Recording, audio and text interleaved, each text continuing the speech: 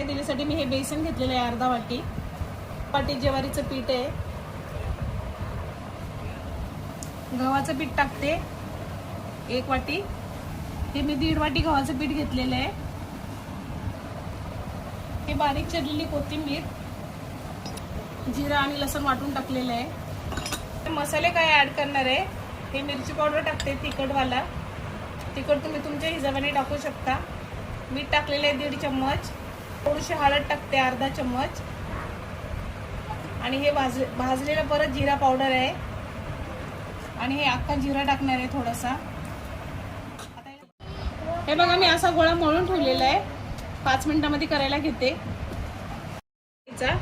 आणि असं पीठ थोडंसं कोलपटाला लावून घ्यायचं, आणि याला असं गोल गोल करत लांब लांब करून घ्यायचं। हे असं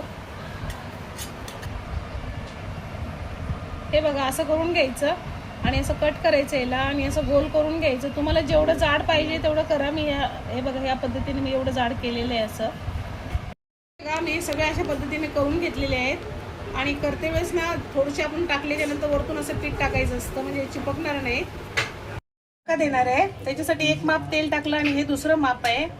गरम झालेलं आहे माझं, म्हणून मी थोडंसं जिरं टाकते, भाजलेलं आहे बघा, हे लसण आणि जिरं वाटलेलं आहे याच्यामध्ये, आणि हे थोडंसं कढीपत्ता, 1 ते 1.5 लिटर पाणी टाकणार आहे। मी पाण्यामध्ये फक्त मीठ टाकणार आहे,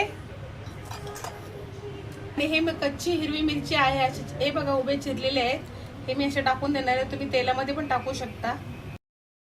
टाकलं हे बघा, असे एक एक करून टाकत राहायचे पाण्यामध्ये, पाण्याला उकळी आलेली आहे। हे बघा हे माझे सगळे टाकून झालेले आहेत, 15 मिनिटांनी बघूया आपण। आलेले आहेत, मस्त शिजले पण आहेत, आणि आता वरतून थोडीशी अशी कोथिंबीर टाकणार आहे। अशी रेसिपी करून बघा। हे बघा माझे शेंगुळे रेडी झालेले आहेत, खाण्यासाठी तयार आहेत। अशी डिश करून बघा तुम्ही पण, आवडली तर नक्की लाईक करा।